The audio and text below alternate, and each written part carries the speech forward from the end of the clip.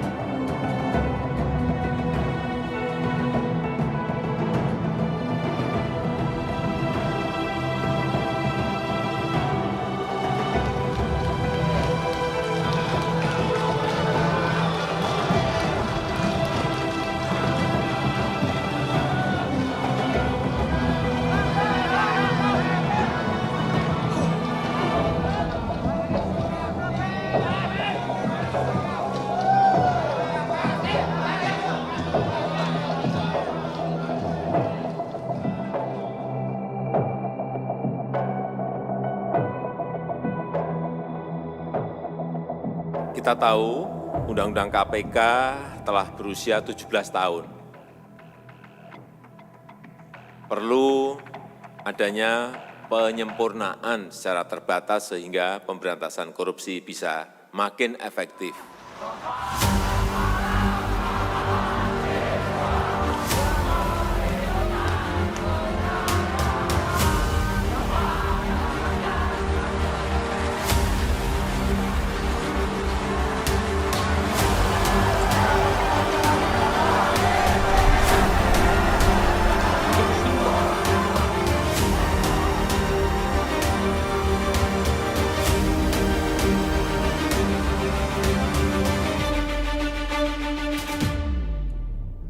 Dan bukan kabar baru lagi bahwa di internal KPK ada yang namanya polisi Taliban.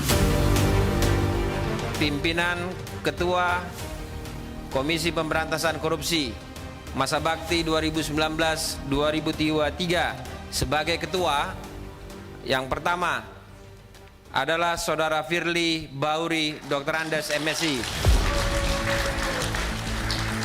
Bisa disepakati?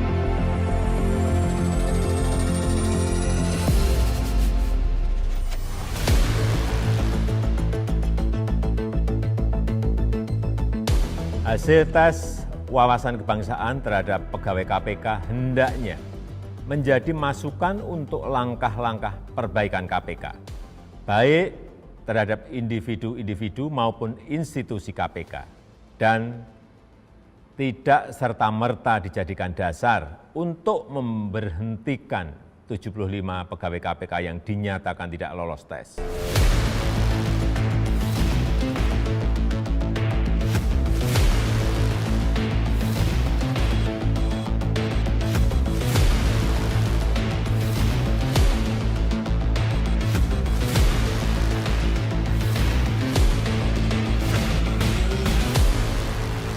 Kita juga melihat secara nyata ya bahwa Saya Nanang Farisam, mantan pegawai KPK.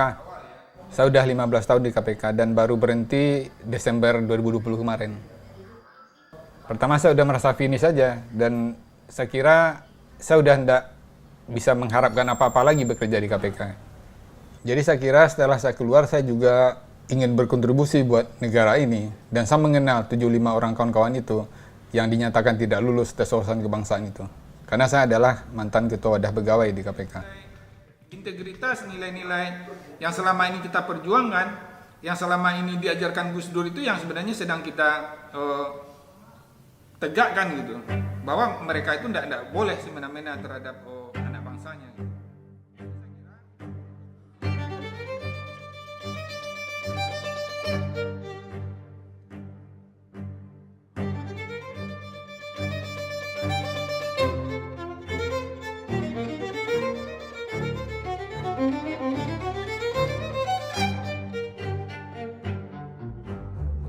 Saya mendatangi kawan-kawan saya dan tokoh-tokoh yang mungkin bisa memberikan kontribusi dengan menggalang solidaritas ya kepada kawan-kawan tersebut, dan bukan hanya kepada mereka tapi juga kepada KPK tentunya.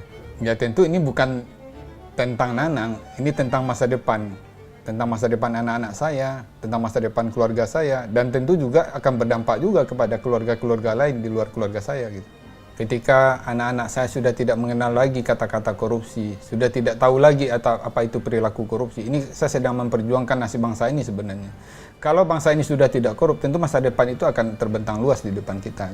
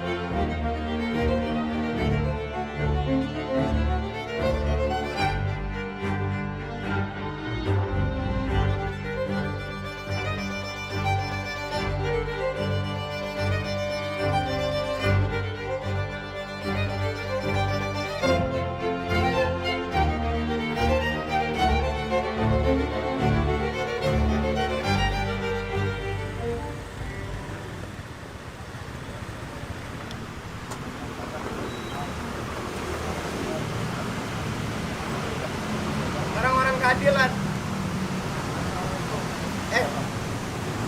Ya, Nanang. Nanang. Halo. Mas Nanang. Udah nyampe tadi suruh muter-muter sama Google Maps. Saya kan biasanya dari sana. Tadi dari Jagakarsa pakai Google Maps muter-muter. Tadi juga diajak.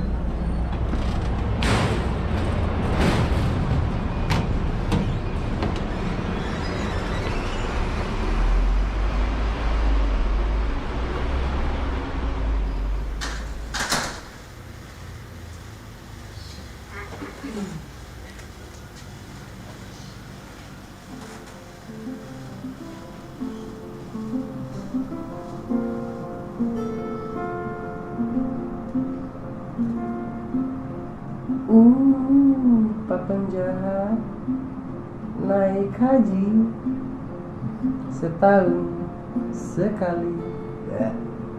Bu penjahat cuci kaki 1 jam sekali. Suci maksimal.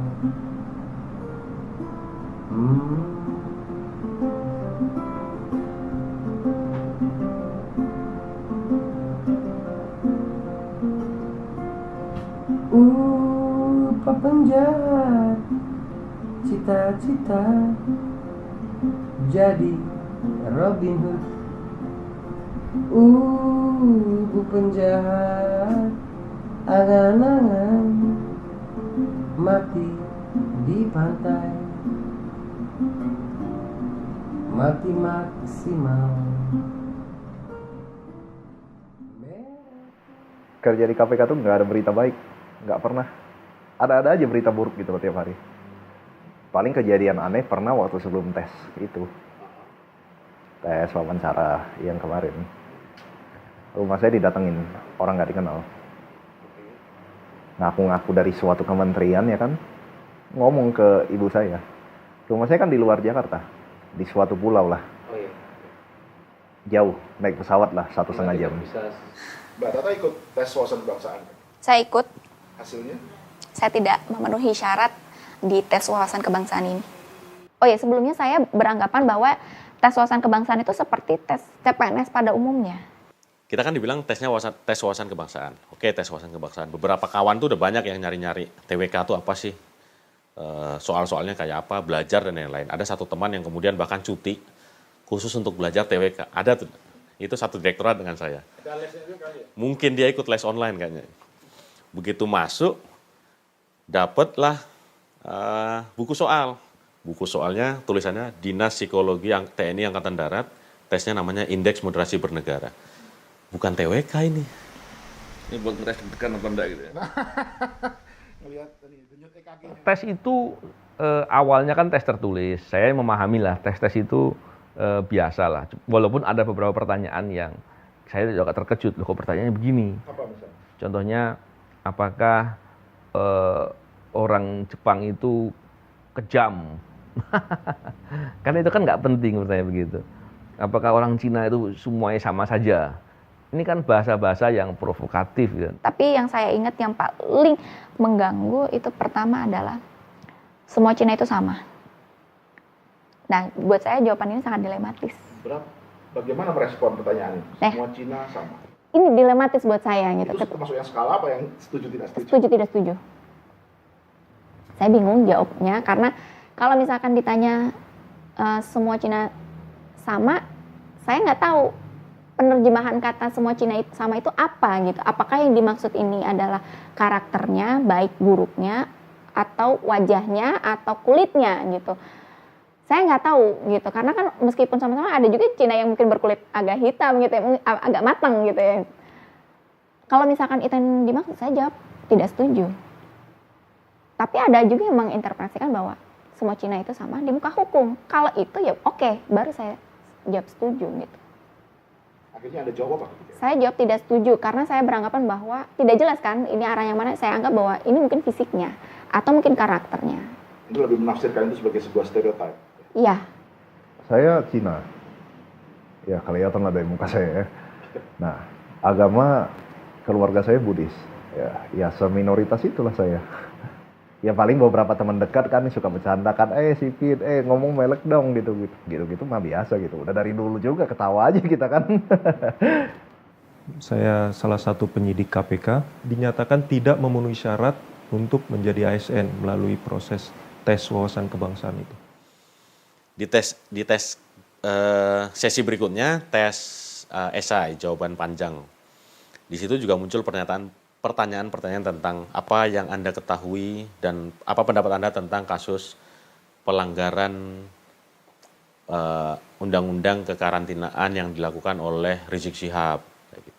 Apa pendapat Anda tentang OPM, DITI, tentang HTI, tentang FPI, lalu apa pendapat Anda tentang LGBT? Yang bagi saya nggak ada korelasinya sama sekali dengan pemberantasan korupsi. Dengan anti korupsi itu nggak ada korelasinya sama sekali. Keanehan berikutnya muncul ketika tes wawancara. Saya sendiri diwawancara oleh 2 orang nih, dua orang. Kebetulan saya dapat nomor 1 kalau tidak salah di ruang 1 gitu saya ingat, dan pewawancaranya 2 orang gitu. Lalu pewawancaranya jelas tidak memperkenalkan nama gitu, tidak gitu, langsung saja pada pertanyaan-pertanyaan. Saya pribadi masuk ke ruangan tes, masuk nggak ada alat rekam, tidak ada kamera, tidak ada, yang saya ketahui tidak ada kamera, nggak ada voice recorder. Kalau yang disembunyikan saya nggak tahu. Mungkin pertanyaan awal yang ditanyakan ke saya itu adalah Ibu ini kalau liburan ke luar negeri gitu kemana aja gitu.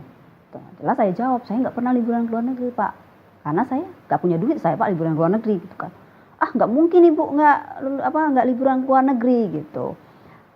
Kan gaji KPK besar, iya Bapak. Walaupun gaji KPK besar kan populasi saya juga banyak kan, kita kan jujur aja gitu ya. Saya nggak sanggup untuk liburan ke luar negeri. Aku terkonfirmasi betul ada yang disuruh syahadat ulang. Siapa Anda berhak meminta saya syahadat ulang? Terus ada lagi yang diminta baca doa makan. Mau masuk SD atau gimana? Anda ibunya yang lagi ngetes anak atau gimana? Ada yang disuruh milih Pancasila sama Al-Quran.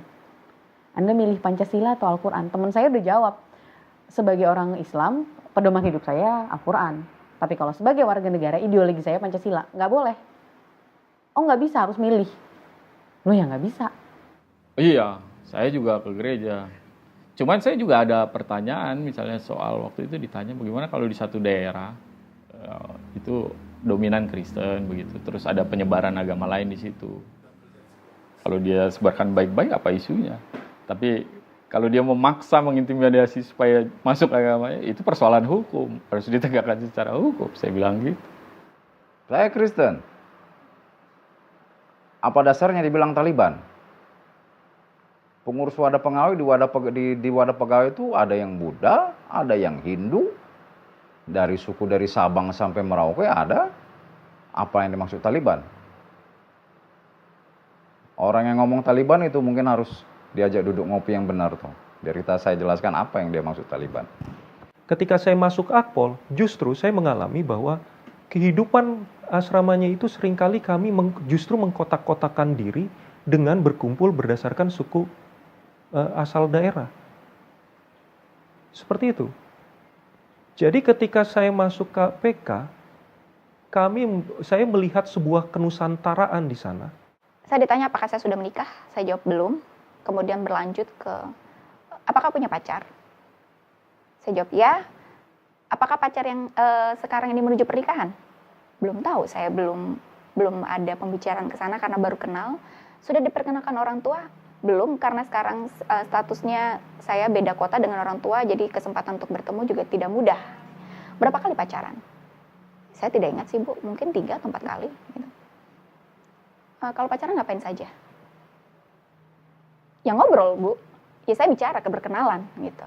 Tapi ketika saya jawab itu, pewawancaranya langsung begini, saya belum selesai bicara Mbak. Tolong dengarkan, saya bicara, baru jawab pertanyaan saya. Soal integritas mungkin, kita anggap aja dia ngetes integritas ya. Soal ditanya bahwa, lo mau bohong nggak kalau disuruh pimpinan bohong gitu. Suruh atasan lo bohong. Mau bohong nggak? Enggak, aku bilang gitu. Bahkan aku tembak balik orangnya. Bapak mau kalau disuruh bohong sama atasannya? Saya sih nggak mau Pak. Kalau memang udah menyentuh integritas saya harus khawatir.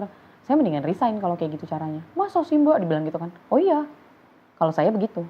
Jadi kadang-kadang aku suka nggak terima juga sih kalau dibilang pegawainya si A, pegawainya si B. Kami pegawai KPK, bukan pegawainya pimpinan. Kami bekerja digajinya sama rakyat. Itu terpampang jelas di slip gaji kami bahwa gaji ini berasal dari uang rakyat. Maka kami bekerjanya untuk rakyat.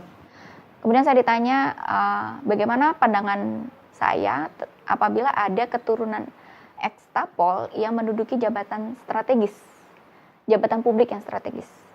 Saya jawab, selama berkomitmen terhadap Undang-Undang Dasar 1945, Pancasila, NKRI, dan pemerintah, saya pikir tidak ada yang masalah.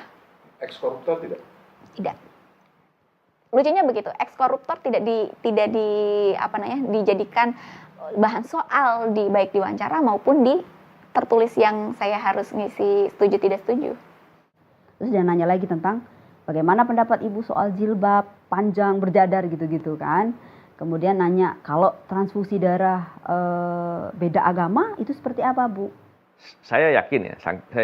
Seandainya saya jawab dengan berpura-pura semua, pura-pura nggak usah peduli integritas, ngikuti aja deh arahnya. Oh ya saya taat kepada atasan mau nyuruh apa aja saya ikut. Seandainya saya jawab begitu semua, saya yakin saya tetap nggak lulus. Karena saya yakin kok tes wawasan kebangsaan ini hanya alat untuk menyingkirkan. Target mereka kan mau menyingkirkan. Pertanyaan soal Misalnya soal apa tuh, HTI, kemudian soal FPI, kemudian soal keagamaan. Yang ditanyakan bagaimana pendapat kita soal itu gitu. Ya sebenarnya kita kan sampaikan aja secara netral aja, ya kita nggak setuju lah dengan pandangan-pandangan itu kan. Ya tapi toh nyatanya nggak lulus juga. Jadi nggak tahu juga apa yang diukur dari itu kan. Ada pertanyaan-pertanyaan berkaitan dengan itu, dan saya sendiri sebenarnya ngelihat di KPK sih nggak apa radikalisme gitu kan ya. Saya sih belum pernah ngelihat teman saya ada yang bawa bom gitu ya ke satu tempat gitu, atau bawa granat, atau ngelempar kantor polisi dengan tindakan kekerasan misalnya. Nggak ada tuh. Ini kan orang-orang cuman kerja memberantas korupsi. Buat Indonesia apa isunya dengan radikalisme gitu. Saya lihat tes itu sebagai screening ideologi. Saya itu dipersuasi untuk kompromi itu udah lama. Terus kemudian saya diserang juga, saya nggak mau. Cara satu-satunya jalan untuk jatuhkan kan adalah dengan cara di framing. Dibuatlah seolah-olah radikal, seolah-olah Taliban, seolah-olah apa tadi, ikut aliran-aliran tertentu. Ini kan kebohongan ya. Kalau terus kemudian saya yang berjenggot itu adalah nggak boleh, itu kan suatu hal yang keterlaluan. Masa iya orang punya kepentingan sendiri untuk hal yang diyakini itu adalah dalam agamanya itu kebaikan, masa dibilang itu sebagai masalah? Padahal yang berjenggot juga Karl Marx atau Bakunin ya. Ah, benar. Sepertinya mereka itu berusaha menggiring saya bahwa saya itu masuk kelompok tertentu gitu loh. Apa arahnya? Arahnya gitu ya. Yang di luar disebut Taliban itu. Kelihatannya begitu. Kenapa? Karena mungkin itu masuk ke dalam ciri-ciri fisik saya gitu ya. Pertama jenggotan gitu ya, celana cingkrang. Selama ini kan di media begitu. Oh di KPK ini diatur sama yang jenggotan dan celana cingkrang. Nah, kemudian saya bilang gitu, oh. Hidab juga sudah mulai. Nah, itu dia kan, mulai hitam gitu kan. Apa itu pilihan apa ya? Pilihan pribadi gitu ya. Pilihan pribadi, dan itu tidak ada kaitannya dengan kinerja gitu ya. Istilah Taliban itu sendiri jadinya di beberapa kami, terutama karena saya seorang Kristiani, saya membawanya itu jadi sebuah lelucon aja. Saya membawa lucon, oke, kalau memang kami dianggap ada istilahnya polisi Taliban dan polisi India, dan yang agak keras-keras atau kayak gimana itu yang Taliban. Oh, saya bukan Taliban, saya Saliban. Akhirnya saya bawa bercanda saja hal seperti itu, karena memang tidak ada yang seperti itu.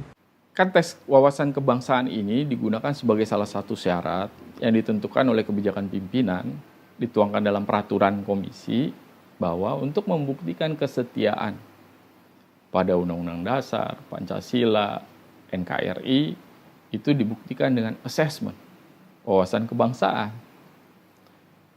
Artinya kalau assessment nggak lulus, itu dibilang itu tidak berpancasila, tidak berundang-undang dasar, tidak ber-NKRI. Saya pikir itu monopoli makna, itu bahaya betul itu. Sebetulnya di awal itu udah tahu sih, sudah tahu bahwa terkait dengan TWK ini KPK menggandeng karena isunya isu radikalisme kan. Kan kita mengetahui bahwa isu radikalisme di KPK itu mulai sejak seleksi pimpinan. Setelah revisi undang-undang, kemudian revisi pimpinan.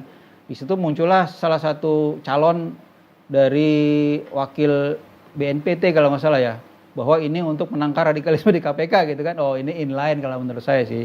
Ini kayaknya nyambung nih, ini alurnya nyambung. Dengan mendiskreditkan kawan-kawan kan dia jadinya gampang gitu.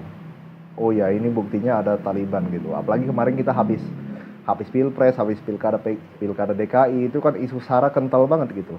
Maksudnya kalau di KPK beneran ada Taliban, emang bisa orang kayak saya hidup di situ 4 tahun loh.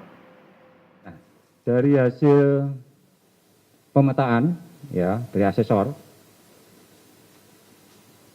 dan kemudian kita sepakati bersama dari 75 itu dihasilkan bahwa ada 24 pegawai dari 75 tadi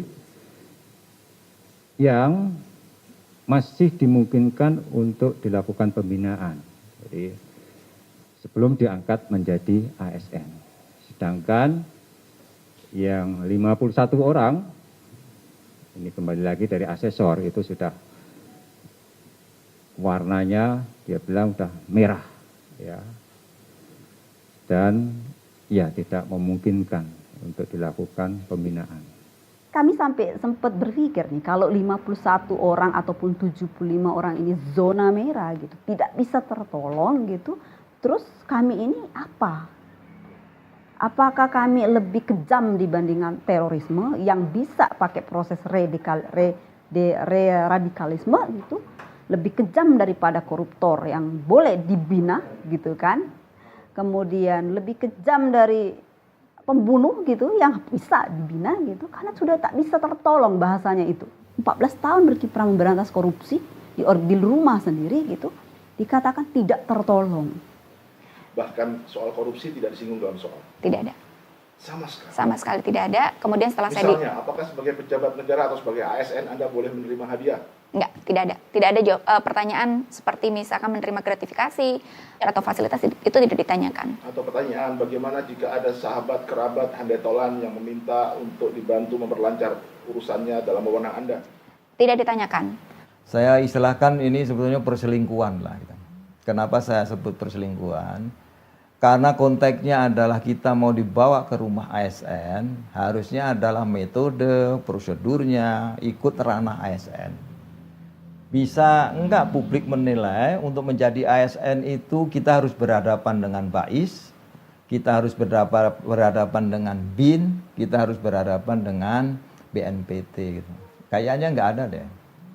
Tiba-tiba ini sang ketua itu mengintervensi, membawa dokumen draft dibawa sendiri Kumham dan memasukkan unsur assessment gitu. Sehingga saya menjadi agak ragu-ragu dan timbul pertanyaan, ini jangan-jangan bukan untuk kepentingan orang KPK gitu, tapi kepentingan orang luar. Nah, kalau seperti itu, ini ya bagian dari pelemahan KPK tadi gitu. Saya bahkan punya temen yang bukan Chinese ya dia. Orang tuanya lebih percaya sama isu Taliban di luar daripada anaknya sendiri yang kerja di dalam. Sampai segitunya isu itu. Kalau orang tua saya jelasin ngerti mereka. Meskipun awalnya mereka percaya itu omongan-omongan Taliban tuh. Tapi kan saya udah jelasin. Kalau beneran Taliban, emang anakmu bisa hidup di situ? Ya nggak mungkin kan? Kalau menurut saya karena ini perselingkuhan tadi, bahkan di media-media KPK tidak tahu soalnya, BKN tidak tahu soalnya, Menpan tidak tahu soalnya, ini benar-benar perselingkuhan dan saya khawatir ini mirip-mirip kegiatan-kegiatan intelijen lah, dan ini sangat berbahaya. Dia sempat bilang saya juga pasukan katanya. Oh bagus, saya bilang Anda pasukan. Saya nggak tahu pasukan berarti apa, bisa jadi dia. Karena begitu saya tanya, Bapak dari mana sih? Dia nggak mau jawab. Ada rekamannya nggak ini? Dia bilang nggak tahu. Saya boleh tahu nggak nama Bapak? Dia bilang tidak bisa. Saya Pak, saya bilang, saya menyelidiki atau memeriksa seseorang. Ketika saya mem-BAP seseorang, berita terpusat, saya jelaskan nama saya ini. Saya tunjukkan name tag saya. Saya tunjukkan surat perintah penyidikan saya sebagai dasar saya melakukan tugas. Maka oleh karena itu saya menduga kenapa kok tesnya itu dibikin oleh BIN, BAIS, dan beberapa instansi lain. Dugaan saya karena memang BKN tidak punya metodologi tadi. Lalu yang bikin standar siapa, yang bikin pola soal seperti bagaimana, dan lulus tidak lulusnya siapa yang bikin norma-normanya. Saya kok lihat Sekjen dan Biro SDM tidak tahu soal itu. Ini harus diaudit, harus dikupas tuntas siapa yang punya kepentingan ini. Apakah BKN ada yang punya etika jahat? Harus dilihat, siapa tahu kepala BKN-nya terlibat. Siapa tahu orang-orang di BIN dan di BEK itu ada yang terlibat. Tapi pada dasarnya bertanggung jawab ini semua Pak Firly Bahuri, karena beliau yang terkait dari awal sampai akhir seperti punya kepentingan. Saya agak heran kalau ada kalimat bahwa ada upaya menyingkirkan. Saya ingin katakan, tidak ada upaya untuk menyingkirkan siapapun. Kenapa saya pastikan itu? Karena tes yang dilakukan wawasan kebangsaan diikuti oleh 1.351 pegawai. Dengan ukuran yang sama, instrumen yang sama, alat ukurnya sama, waktu mengerjakan sama, pertanyaannya sama, modulnya sama. Jadi saya kira itu. Jadi tidak ada upaya untuk menyingkirkan siapapun. Ya, pendapat pribadi saya ini grand design. Grand design untuk tidak hanya melemahkan KPK, juga grand design untuk melemahkan negara ini. Penonaktifan ini 74 ini banyak dilandasi oleh kasus-kasus yang ditangani.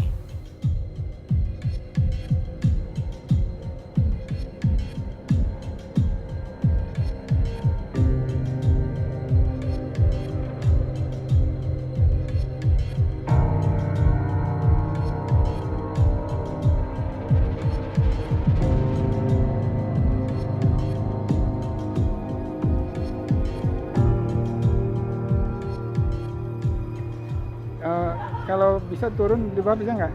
Aku masuk dari depan. Nah ya nggak Pak. Ya, aku ke depan ya. Oke, makasih ya. Yuk. Assalamualaikum. Pak. Mana sehat? Sehat-sehat. Jadi sekarang kami mau ke Komnas HAM mengadukan tentang yang pelanggaran HAM ya. Sedangkan kemarin minggu lalu kan udah ke Ombudsman ngelaporin maladministrasi gitu ya. Jadi nanti sih jam 12 ini udah Nanang. Jadi dari sisi teman-teman di luar internal KPK, YLBHI mengadvokasi langsung dari sisi formal ya.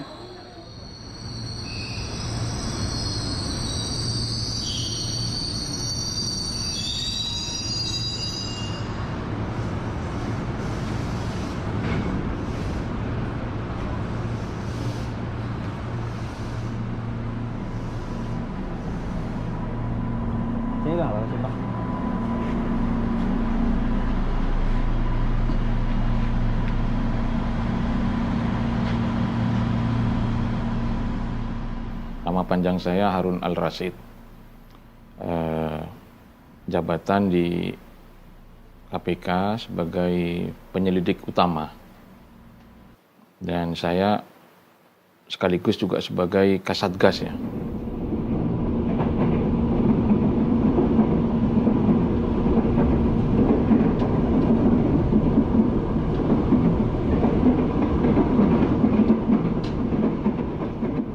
Yang terbaru, ada penugasan dari pimpinan. Saya masuk ke dalam tim DPO. DPO. Dari beberapa nama yang DPO itu. Termasuk Harun Masiku? Saya itu kebetulan tidak nangani kasusnya. Gitu loh. Tapi mungkin pimpinan punya pertimbangan sendiri, ya kan. Diambillah dari tim lain, ya, untuk bisa membantu tim DPO itu. Direktorat Jenderal Imigrasi Kementerian Hukum dan HAM membenarkan tersangka kasus dugaan suap komisioner KPU Harun Masiku sudah berada di Indonesia sejak tanggal 7 Januari 2020. Ketua KPK Firly Bahuri mengatakan pihaknya mengerahkan seluruh kekuatan untuk mencari mantan caleg PDIP Harun Masiku. Harun Masiku merupakan tersangka penyuap komisioner KPU Wahyu Setiawan agar dapat duduk di kursi DPR menggantikan posisi Nazarudin Kimas yang meninggal dunia. Sebenarnya kita sudah on the track, teman-teman sudah istilahnya di kita itu eyes on ya, atau bisa dibilang kita sudah nempel banget sama para target operasi kita ini.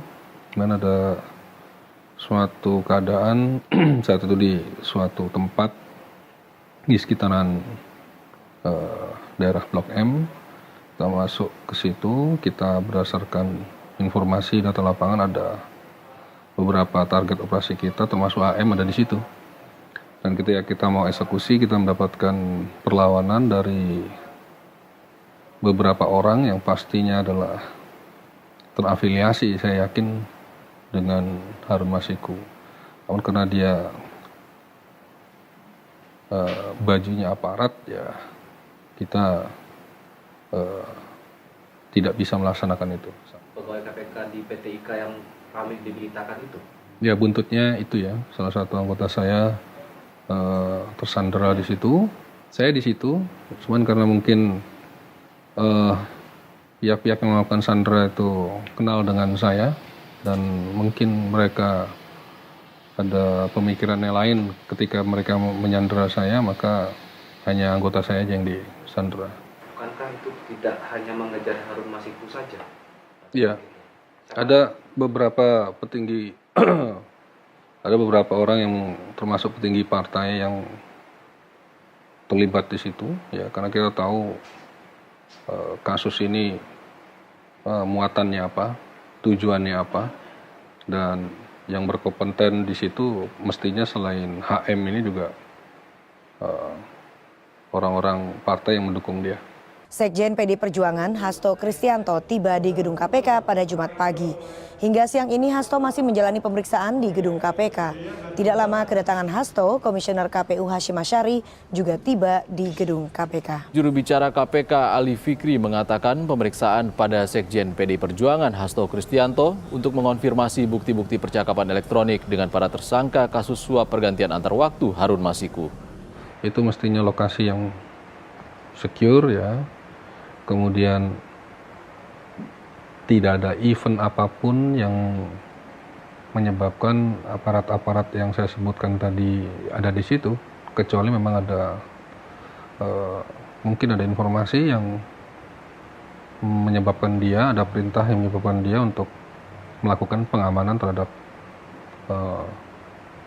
target saya ini, target kami itu. Saya itu tahu di mana Masiku berada. Tinggal saya ambil ini. Masalahnya, saya diminta untuk menyerahkan ini.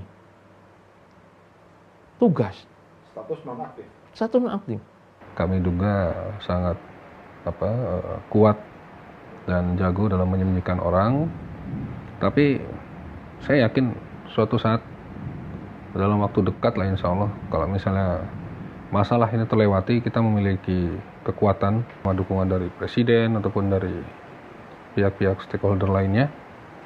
Saya pikir tertangkapnya Harun bukan suatu hal yang mustahil.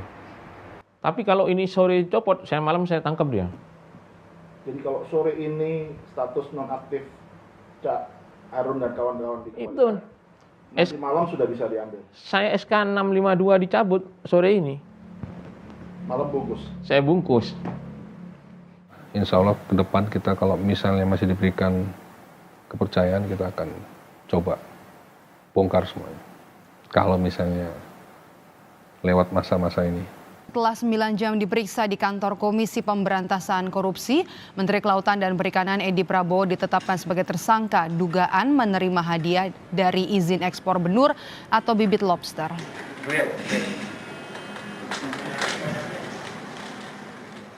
Saya menangani salah satu kasus yang mungkin menjadi atensi nasional, yaitu bansos.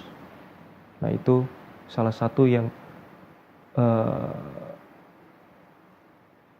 mendapat atensi sangat besar oleh masyarakat, terutama masyarakat kalangan bawah. Semoga bermanfaat ya. Salam dari Presiden. Ada 5 orang yang telah dinyatakan sebagai tersangka dalam kasus dugaan korupsi bantuan sosial atau bansos masyarakat dalam rangka penanganan pandemi COVID-19 di Indonesia. Dan salah satunya adalah Menteri Sosial Juliari Peter Batubara. PDI Perjuangan sebagai partai mensos nonaktif, Juliari Batubara bernaung menghormati proses hukum KPK terhadap kadernya itu. Bansos ini kan menyangkut hajat hidup orang banyak ya kan? Masyarakat kecil level ini. Nggak ada orang yang kemudian bergaji 10 juta ke atas mau terima bansos, nggak mungkin. Jadi saya adalah salah satu penyidik kasus simulator. Kemudian dalam proses penyidikan itu memang terjadi, ya kita sudah tahu tensi yang begitu tinggi antara dua institusi penegak hukum.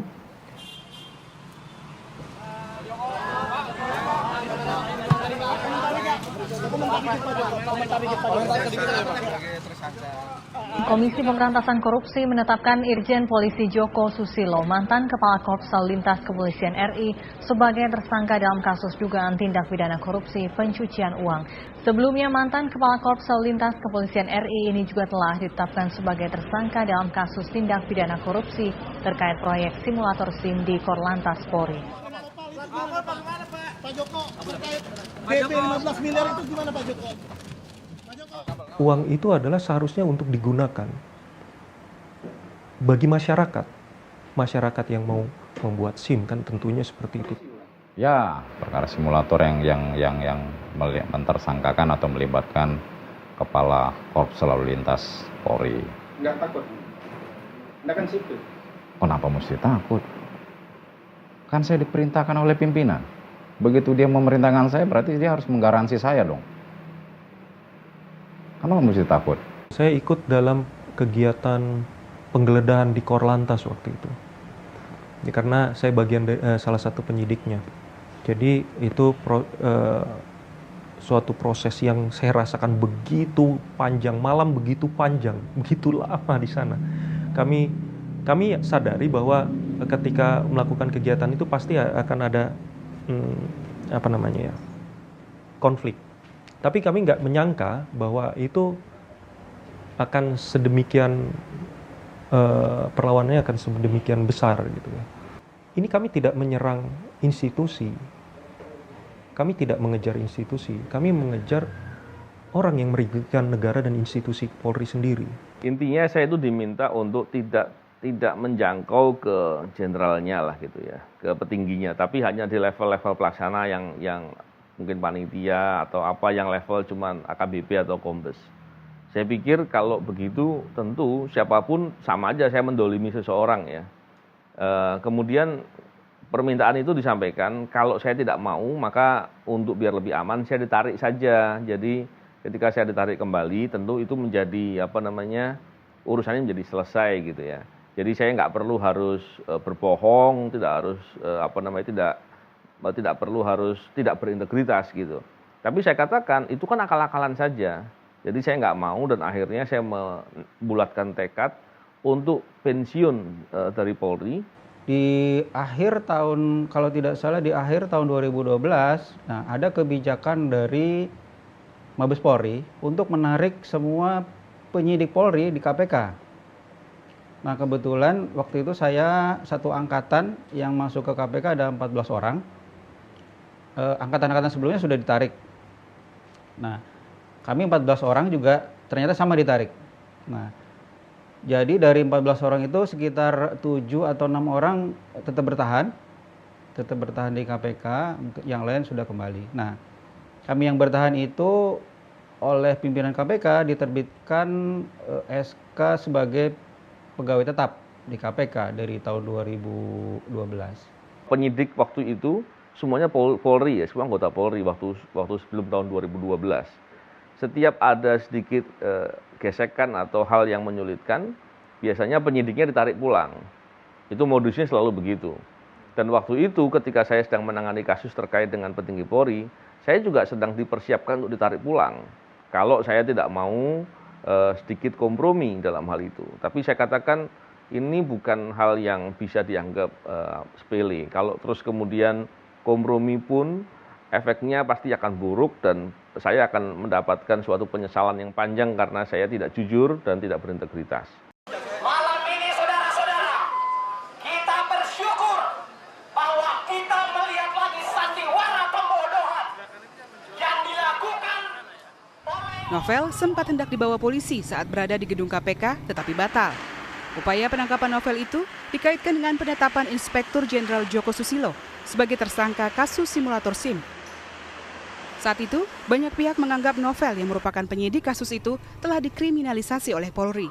Bahwa kita datang di sini atas keinginan bahwa hukum harus ditegakkan di negara kita. Ini nggak bisa dibiarkan. KPK ini institusi yang sangat bagus, tujuan bagus, cita-citanya bagus. Terus hanya karena satu orang jiwa korsa, mungkin ya kalau kita bisa bilang jiwa korsa yang sempit saat itu, atau emosi sesaat, akhirnya upaya-upaya seperti itu dilakukan. Itu kan berarti padahal KPK itu tujuan negara ditempelkan di sana, misi negara ada di sana.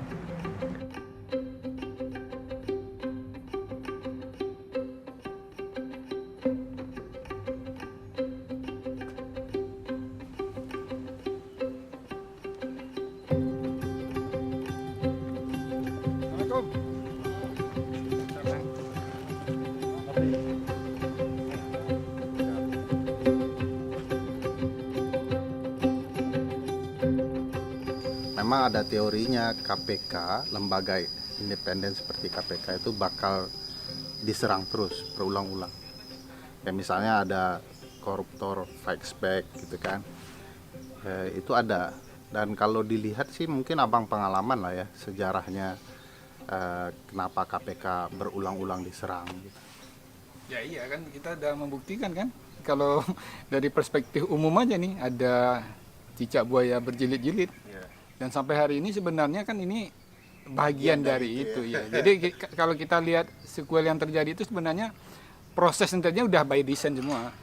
Jadi tentu Ferry tahu lah sebagai akademisi ya, dan bahkan tokoh yang mungkin terlibat langsung di dalam semua proses itu nyata-nyata terjadi. Cicak buaya jilid 1 kapan ya? Tahun 2008 2009 ya. Susno 2Aji ya. Iya itu yang mulai kan. Tapi sebelum itu sudah ada serangan kecil-kecil ya. Tapi yang agak masif itu jilid 1 itu ya, cicak buaya jilid 1. Karena ucapan Susno, buaya kok dilawan cicak ya. Itu balik. Yang cicak melawan buaya. Nah, itu yang membuat teman-teman ya. Bahkan waktu, kalau Ferry ingat waktu di sidang MK itu Anggoro kan sempat diputarin tuh suaranya, videonya tak pateni gitu. Dan itu kemudian sempat viral ya, jadi ringtone ya. Pengadilan Negeri Jakarta Selatan menggelar sidang suap di lingkungan Polda Jawa Barat dengan terdakwa mantan Kabareskrim Komjen Polisi Susno 2Aji dengan agenda mendengarkan saksi dari pihak Susno. Beberapa saat setelah dibuka, majelis hakim menskor sidang dan melanjutkannya di rumah menantu Susno 2Aji di kawasan Jalan Abu Serin, Cilandak, Jakarta Selatan. Cicak di dinding, diam-diam merayap. Datang seekor cicak, hap, lalu ditangkap. Kalau dilihat petanya kan begini bang, para musuh KPK itu atau para koruptor dengan antek-anteknya itu kan menyerang pimpinan dulu ya. Ada Bibit Samaryanto ya, Chandra Hamzah, ada Mas BW yang sempat ditangkap seperti pelaku teroris itu ya. Ada anaknya loh ditangkap di depan sekolah. Iya, sampai ditutup mulutnya ya. Saya lakban gitu kan. Lalu setelah pimpinan penyidiknya ya, ada yang diancam senjata, ada yang ditabrak, ada yang disiram kayak Mas Novel Baswedan, sebagai sebuah peristiwa yang sangat sadis ya. Lalu setelah penyidiknya ada status sekarang. Ya itu Pak Laode dan Pak Agus kan sempat rumahnya dilempar bom molotov itu. Dan alhamdulillahnya kan tidak sempat meledak ya. Tapi bagi saya itu kan teror yang nyata itu. Yang saya kira tidak bisa lepas dari semua peristiwa sebelumnya gitu. Nah tentu Ferry bisa melihat itu dari luar kacamata internal KPK gitu. Dengan menetapkan tersangka Komjen BG sebagai tersangka dalam kasus dugaan tindak pidana korupsi penerimaan hadiah atau janji. Pada saat tersangka menduduki jabatan sebagai Kepala Biro Pembinaan Karir Deputi Sumber Daya Manusia Mabes Polri periode 2003-2006 dan jabatan lainnya di Kepolisian Negara Republik Indonesia. Awalnya kan itu yang menjadi cicak buaya jilid 3 kan itu. penetapan tersangka Budi Gunawan. Pada waktu penanganan perkara rekening gendut, itu memang KPK kan berada dalam titik, bisa dikatakan titik hampir terendahnya ya, karena pada waktu itu kan konflik Cicak Buaya Jilid 3. Jadi saya lulus Akpol itu tahun 99. Jadi saya lama di wilayah sebetulnya. Saya pernah jadi Kapolsek, kemudian pernah jadi Kasat Reskrim.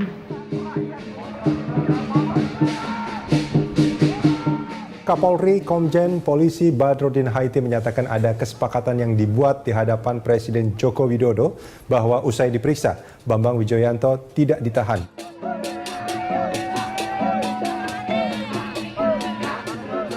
Kita flashback ke 2015. Ketika KPK menangani rekening gendut, itu kan sebetulnya bukan hanya masalah di pra-peradilan. Oke lah kalau cuma di pra-peradilan gitu ya. Tetapi kan dampaknya luar biasa sampai ada penangkapan, pemborgolan gitu ya. Kalau ya mungkin kalau presiden tidak turun tangan, ya mungkin mereka akan lanjut ke persidangan gitu ya. Rekening gendut saya ikut di penyelidikan tapi saya nggak ikut di penyidikan. Dan memang akhirnya kita harus nerimo bahwa perkara ini dilimpahkan ke Polri seperti itu. Karena kuatnya tekanan dari banyak pihak.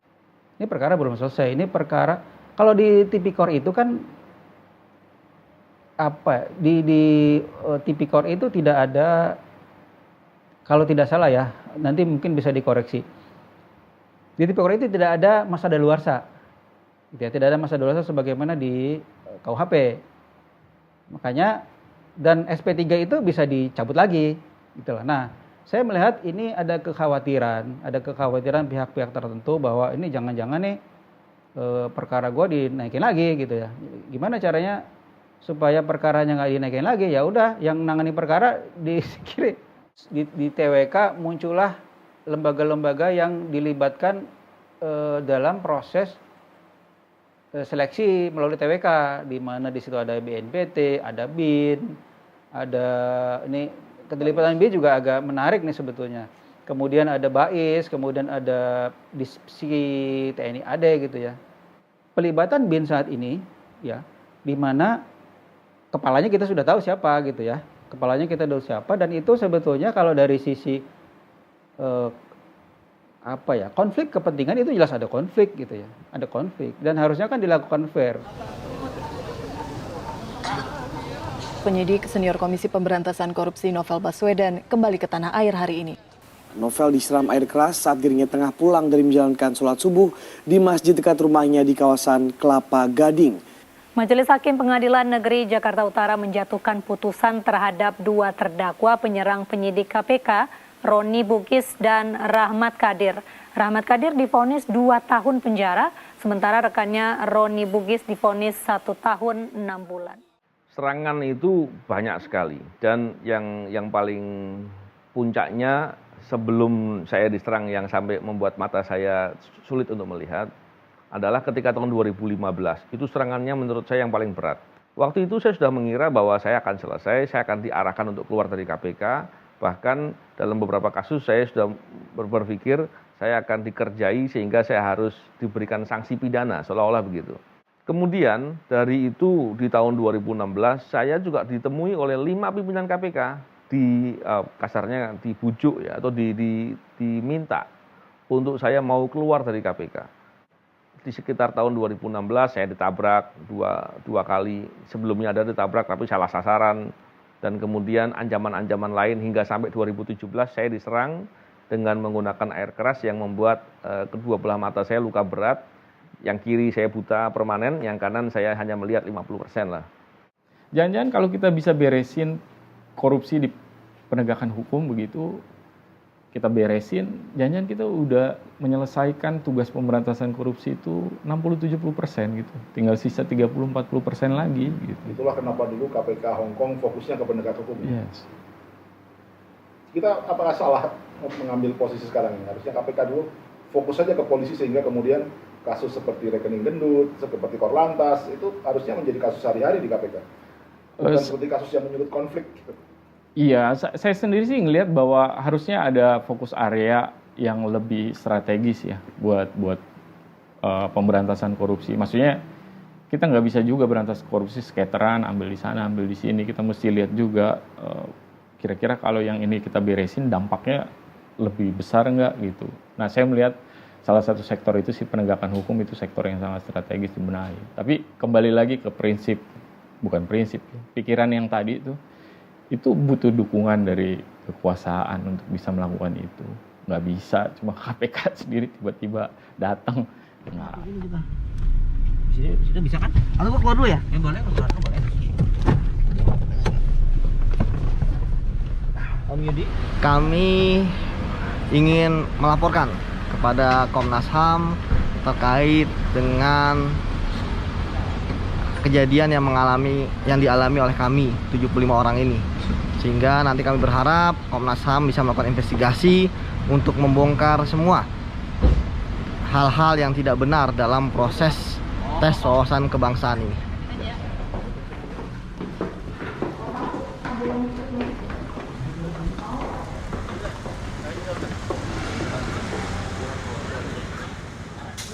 Ya tadi kami Komnas HAM menerima pengaduan dari teman-teman di KPK dan didampingi oleh kuasa hukumnya.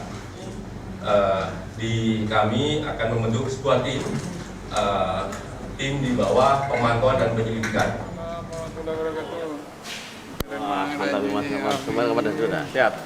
Ini teman-teman LBH PP Muhammadiyah. Ini dari Komnas HAM. Iya, jadi tadi sedang konferensi ya, karena saya ada janji, saya langsung ke sini. Dapat kaos ini masih dapat kaos tuh. Jadi udah beres di sana. Teman-teman kayaknya masih di sana, tapi saya langsung pamit. Karena janji nih. Iya, sama antum ini biasa nih. Ini tahun kita di KPK. Oh, ya. Dulu di KPK. Jadi keluar sama Bang Febri juga ini. Oh, bareng. Iya, aduh, perjuangan lah. Oke, yuk ke atas lantai 4. Ini unik nih, Pak. Iya. Yang dibela oleh Muhammadiyah tuh, Pak. Kawan-kawan NU.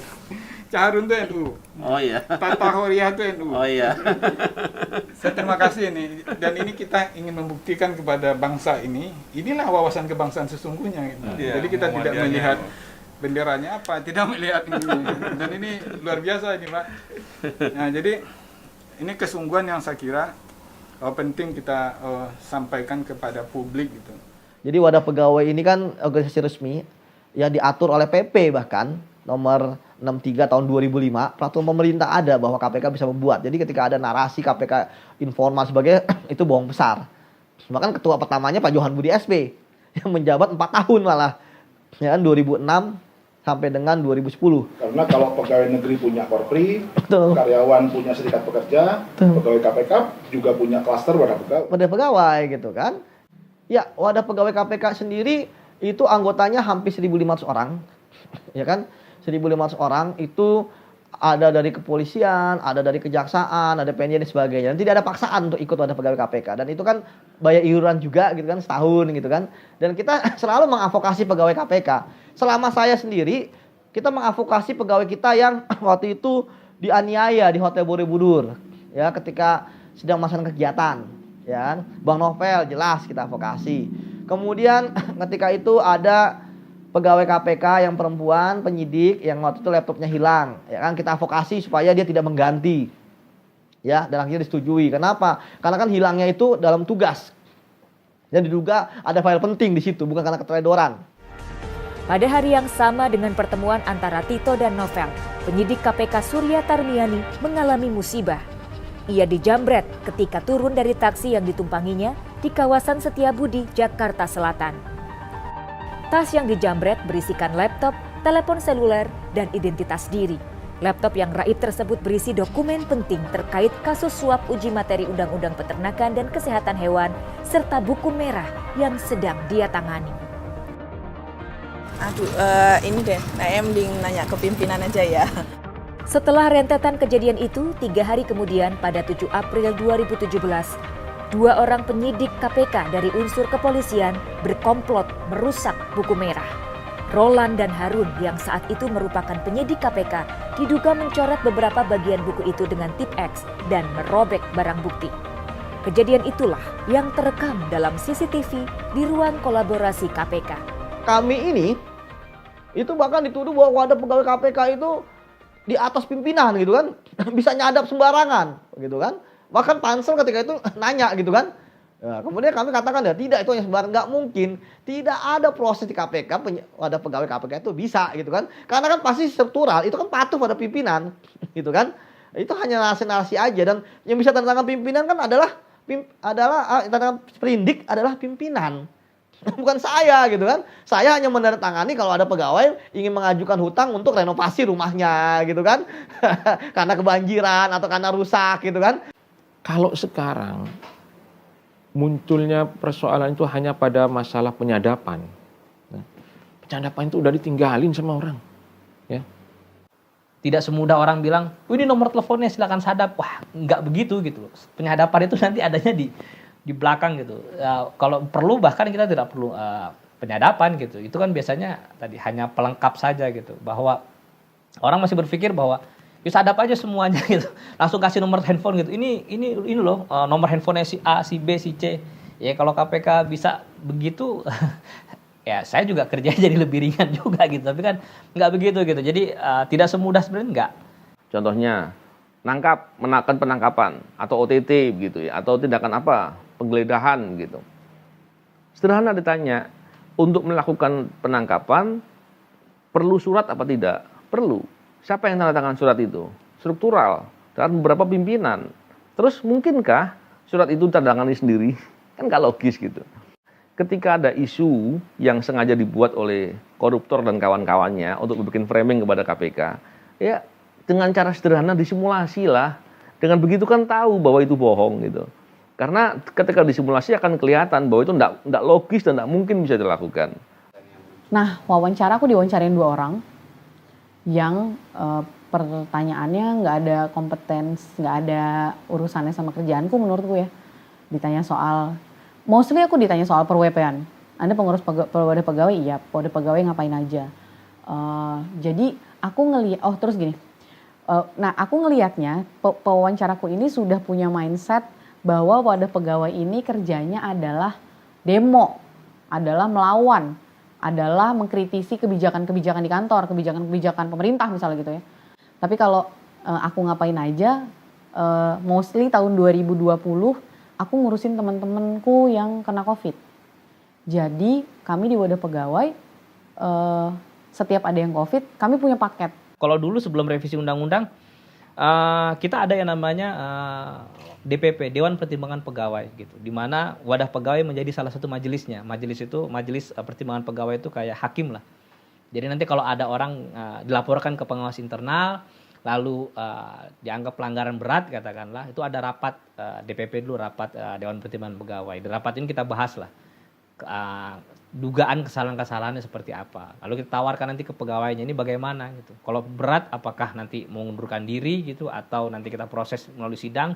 Nah di sidang itu wadah pegawai punya peran tadi sebagai salah satu majelis. Dari 5 majelis, 5 hakim gitu. Wadah pegawai menjadi salah satu yang menjadi majelisnya.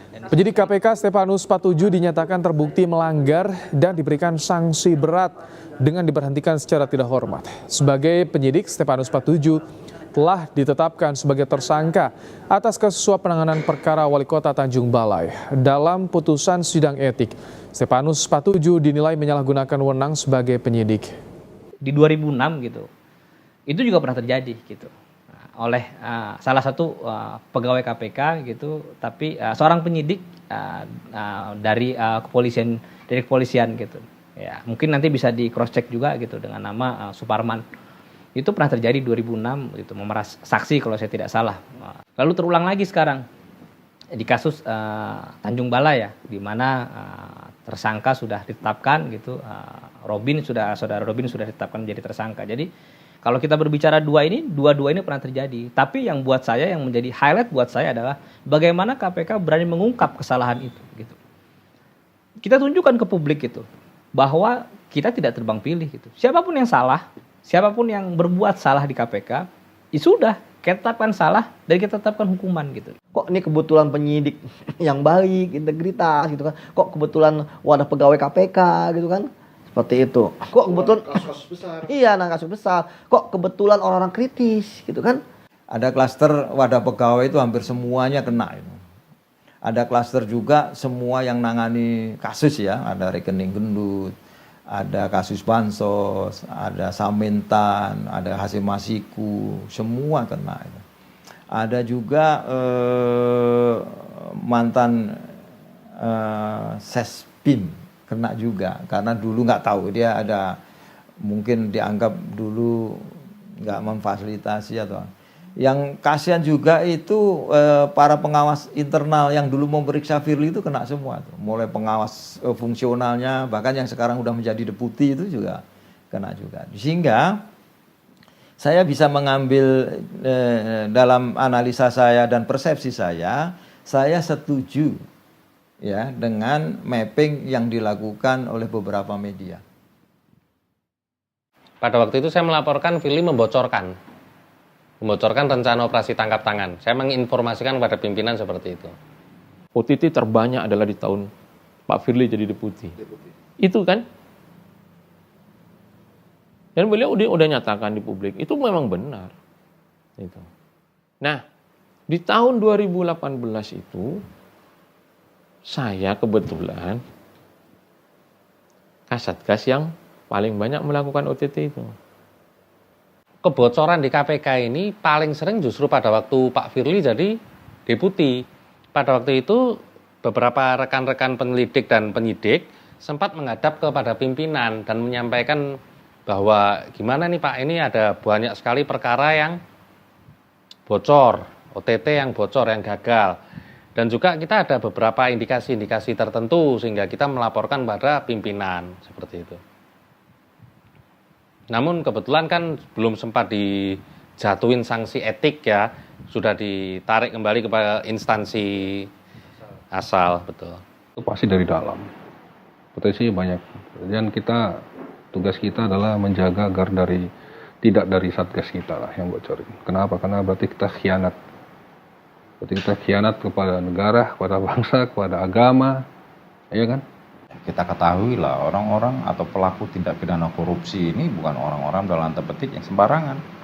Orang yang bisa dikatakan punya resource, orang yang punya uang banyak, bisa dikatakan orang yang punya kedudukan tinggi di pemerintahan atau mungkin di politis, orang yang bisa saya katakan pengusaha.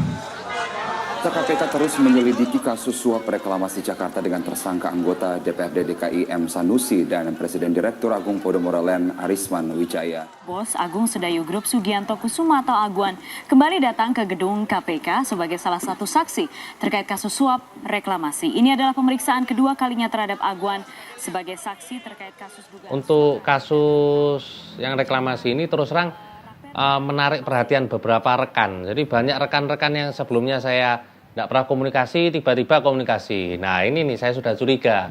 Reklamasi saya ikut, waktu itu sempat kita mau melakukan penangkapan, tim lapangan justru malah ditodong senjata, disekap, dan kemudian dilakukan tindakan yang tidak semestinya, dipersekusi lah ya.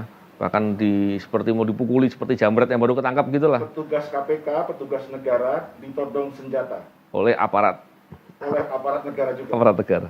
Dan aparat negara ini kemudian nggak ada tanggung jawabnya melakukan itu. Dan nggak diproses juga, nggak disalahkan.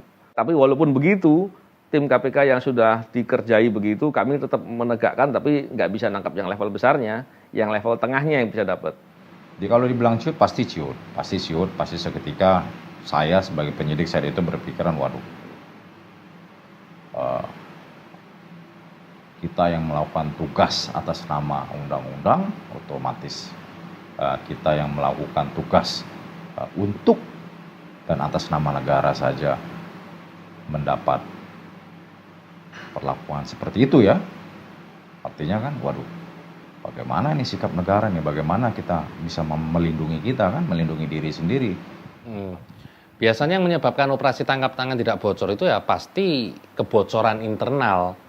kebocoran internal ini sebabnya apa? Sebabnya ada pegawai yang tidak berintegritas. Pegawai yang tidak berintegritas, dia mungkin menjual informasi atau dia mungkin ada motif-motif tertentu yang kita tidak tahu, dia membocorkan operasi tangkap tangan tersebut. Harapannya seperti apa ya, kita juga tidak pernah tahu.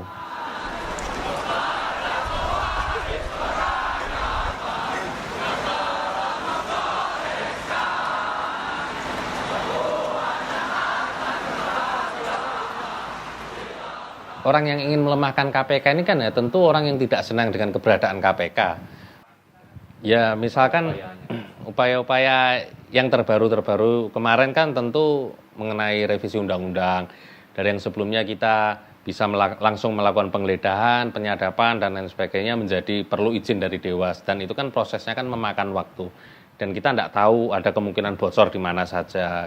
Perubahan ketentuan dalam undang-undang ini juga mengatur mengenai pemberian status kepegawaian yang jelas bagi pegawai Komisi Pemberantasan Korupsi.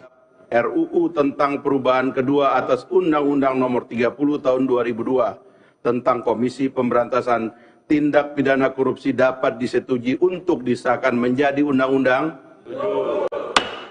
Ini hal yang memang menarik. Dengan adanya revisi itu sendiri, jelas birokrasi jadi panjang untuk beberapa mekanisme penyidikannya. Misalnya kayak penyitaan, penggeledahan. Bahkan dengan penggeledahan kami tidak ada lagi ketika aparat penegak hukum lagi bisa menggunakan situasi keadaan mendesak gitu ya. Sehingga mendasarinya dengan pasal 34 KUHP. Kami nggak punya dasar itu. Kami segala bentuk penggeledahan harus dijalani melalui izin Dewan Pengawas. Sehingga salah kalau kemudian masalah itu hanya digantungkan masalah penyadapan, perlu izin Dewas segala macam. Itu bagi saya nggak terlalu problem. Nggak pakai penyadap pun saya bisa gitu loh. Dan ini yang banyak saya lakukan, ya kan. Banyak kasus yang tidak menggunakan ini, ya kan. Pihak pemberi maupun yang mau memberikan, pihak penerima maupun pemberi, itu tidak pernah menggunakan ini, ya kan, alat komunikasi. Nah, itu dengan hanya cari kertas ini, yang dibuang ke got, segala macam. Makanya dulu pada zaman Pak Saud Situmorang, dia pernah bilang, harusnya kalian tidak belajar ke FBI. Tapi FBI yang belajar ke kalian ke sini gitu. Itu perubahan undang-undang kita kan tahu lah. Perubahan undang-undang itu udah jelas itu. Kita biasa speednya gigi 5, gigi 4 ya. Sekarang gigi 2, gigi 1. Walaupun ada beberapa kemarin OTT yang muncul begitu undang-undang baru ini. Yaitu sisa-sisa ataupun ada rahmat Tuhan yang tertinggal di kita itu yang kita bisa tunjukkan ke masyarakat luas. Adalah Saudara Firly Bauri, Dr. Andes, MSI. Bisa disepakati? Dengan beranggotakan komisioner sebagai wakil ketua, yang pertama Saudara Nawawi Pomulangu SH. Bisa disepakati? Yang kedua sebagai wakil ketua, Saudari Lili Pintauli Siregar SHMH. Bisa disepakati? Yang ketiga. Jadi pada waktu itu saya melihat pemilihan pimpinan KPK itu sampai jam 1 dini hari kalau nggak salah. Dan pada waktu sudah terbentuk formasinya, pada waktu itu juga air mata saya menetes. Pada waktu juga saya menangis. Nah, tapi ketika hasil TWK ini diumumkan, saya sama sekali nggak sedih, nggak marah, nggak ini. Karena kita sudah bisa memprediksi apa yang akan terjadi kemudian dengan formasi seperti itu. KPK itu berkali-kali diserang dari luar, ternyata KPK adalah organisasi yang tangguh. Sehingga ada perubahan strategi, ada cara belajar dari lawan-lawan KPK yang semakin lama semakin efektif. Nah, Bapak melempar bola. Nah, bolanya itu ya, bolanya itu setelah dilempar sini nggak nempel di sini, tapi bolanya itu kembali lagi, ya. Itu namanya pola. Ya. Memang saya lahir dan besar di Madura ya.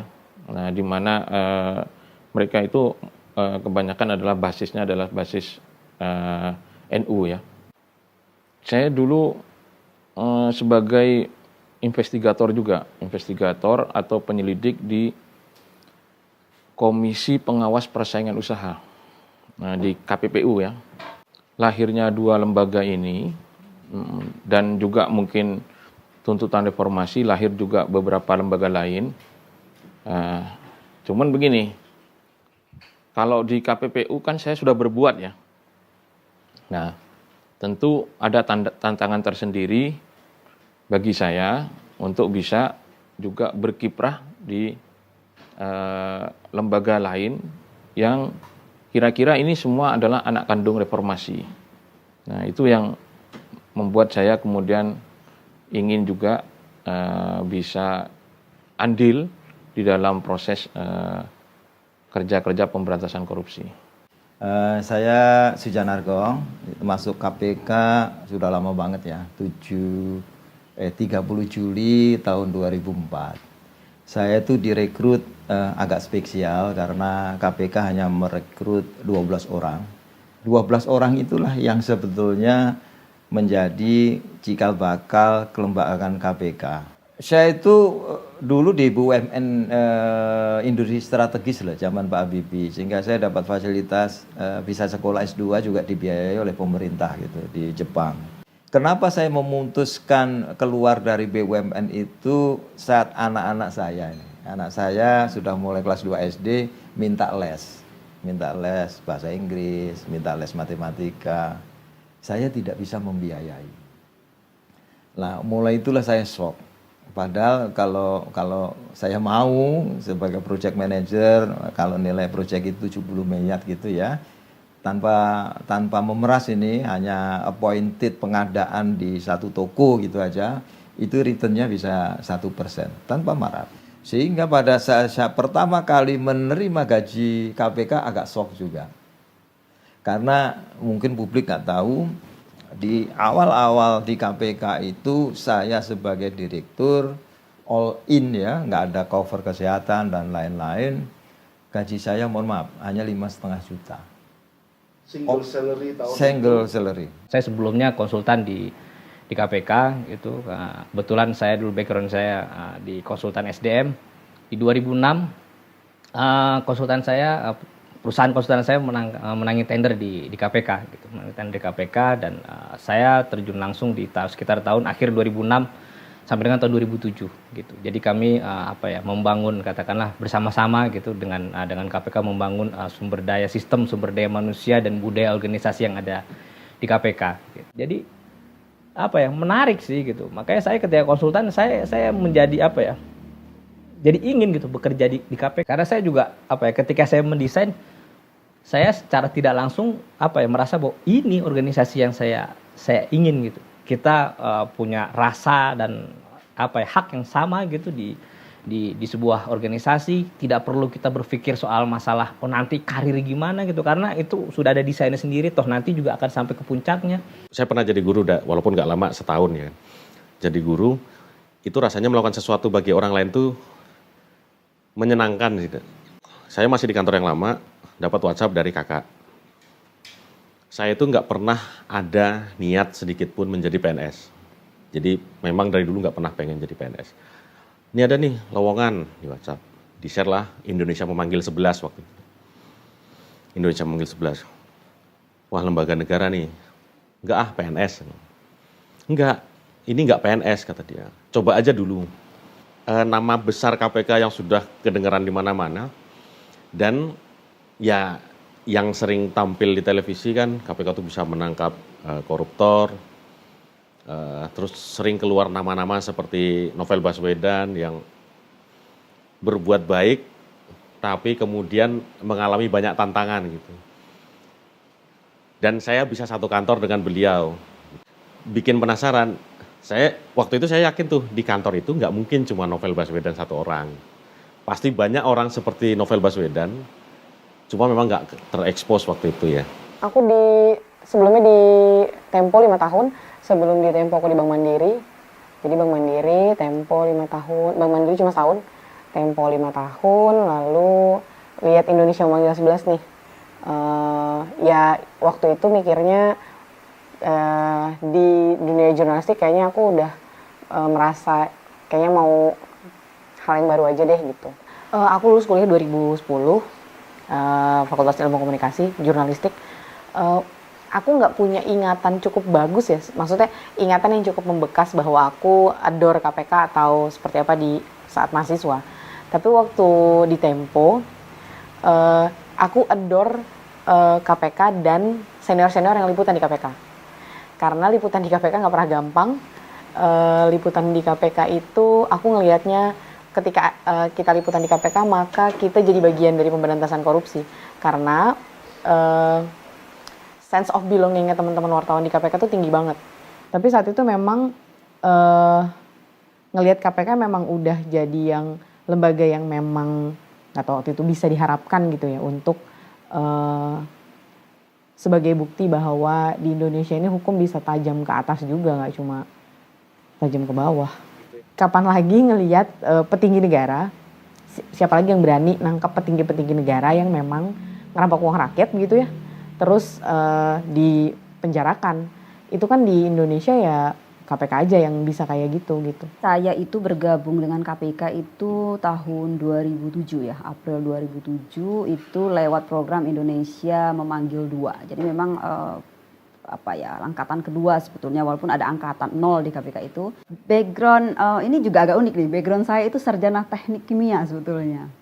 Ini unik juga nih, ketika apply saya punya teman deket gitu ya di Jakarta, itu sempat bilang gini, PNS ya, sorry ya, di suatu kementerian lembaga dia bilang, ini jangan apply dong KPK gitu.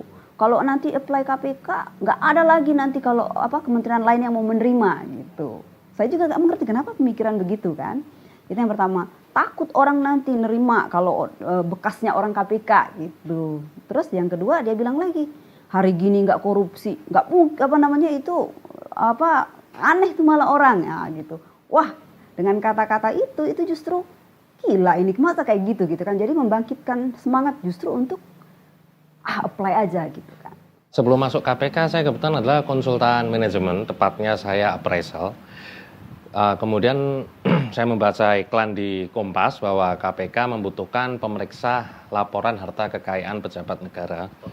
Itu sekitar tahun 2010. Karena pada waktu itu trennya itu suap itu melalui jual beli rumah namun dengan harga yang sangat murah. Sebagai contoh misalkan ada penyelenggara negara atau pejabat yang mereka membeli tanah dengan harga murah, kemudian dibeli dengan harga yang tinggi sekali dengan selang waktu yang bisa dikatakan cukup pendek, misalkan cuma 6 bulan atau 1 tahun seperti itu. Namun ada juga penyelenggara negara yang membeli rumah yang harga wajarnya misalkan 5M, kemudian dibeli dengan harga yang sangat murah sekali seperti itu. Sebenarnya praktek seperti ini dilakukan oleh hampir seluruh level penyelenggara negara, mulai dari penegak hukum, kemudian juga dilakukan oleh sampai level dirjen, bahkan juga ada level menteri juga melakukan hal seperti itu. Tahun 2008 saya di kantor hukum, saya memang berlitigasi di kantor hukum, juga menangani kasus-kasus persoalan-persoalan hukum korporat gitu selama beberapa tahun. Saya putuskan bergabung di KPK karena saya pikir saya banyak terjun di sistem peradilan dan menurut saya sistemnya dulu itu sulit kita kalau kita mau berhukum dengan betul begitu, itu kita menghadapi tantangan besar gitu. Waktu itu KPK sedang buka gitu, mencari, mereka kebetulan juga kriterianya cocok, jadi saya pikir ini tempat bagus juga kalau saya bisa eksperimen di sana untuk satu cita-cita memperbaiki sistem peradilan. Lebih jauh dari itu saya lihat sih fungsinya, wah ini mau memberantas korupsi nih.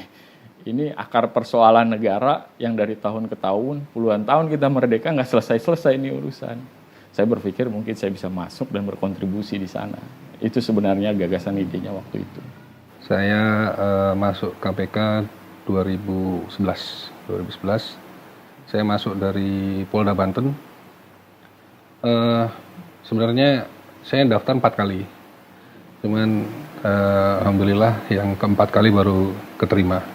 Latar belakang saya memang di bidang provos ya, waktu itu. Kemudian serse dan lantas. Nah, pada saat di Polda Banten itu saya merasa bahwa lingkupnya memang kecil untuk saya untuk berbuat lah. Karena ya pada saat itu dinastinya Banten masih dipegang Bu Atut ya, Ratu Atut Kosia. Dan saya merasa bahwa saya mampu lah untuk berbuat yang lebih besar untuk bangsa dan negara. Saya merasa bahwa saya harus menjadi apa ya? Ya kalau bahasa kasarnya saya harus memberantas kejahatan lah yang lebih besar. Itu niat saya. Waktu itu lulus kuliah tahun 2015. Itu adalah beberapa, udah pernah kerja hampir 2 tahun kerja di itu. Saya lulusan teknik sipil, jadi saya dulu kerja di konsultan perencanaan struktur gedung. Nah kerja hampir 2 tahun, agak mumet sama kerjaan ya kan, mulai bosan gitu loh, gini-gini aja kerja gitu. Pas waktu itu ada bukaan rekrutmen IM12, Indonesia memanggil 12 gitu. Terus sekitar akhir 2016. Jadi ya udah iseng-iseng ikut tes seleksi berbagai tahap, masuk. Ya udah. Cita-cita juga nggak pernah kepikiran waktu itu, tapi sejak zaman sekolah, zaman kuliah tuh udah ngeliat, oh ini lembaga negara keren gitu loh. Kalau kerja di sini kayaknya keren nih, tapi kan belum pernah tahu jalurnya gimana dan nggak pernah minat juga sebenarnya kerja di lembaga negara, lembaga pemerintah tuh nggak pernah minat. Tapi ya pernah lihat kalau oke, KPK ini kayaknya salah satu yang paling oke lah, paling keren gitu. Karena ya itu memberantas korupsi itu kan. Kalau dulu kerja ya kerja untuk uang gitu kan, untuk uang saja. Saya pusing kerja ya kan, saya dapat gaji, bos dapat keuntungan yang lebih besar lagi gitu. Kalau masuk KPK, ya pusing juga kerja. Tapi bedanya saya dapat gaji ya. Kedua adalah itu ada manfaatnya buat negara gitu, buat masyarakat luas tuh ada gitu. Nah itu perbedaannya menurut saya. Saya di KPK itu sejak 2 Januari 2007. Memang sebelumnya memang saya dari PT IKA, Perguruan Tinggi Ilmu Kepolisian, lulus langsung saya daftar bersama beberapa kawan-kawan. Di KPK saya sebagai penyidik, fungsional penyidik dengan posisi penyidik utama. Dan memang sebelumnya saya sudah beberapa kali nangani kasus korupsi, walaupun level-level kecil lah.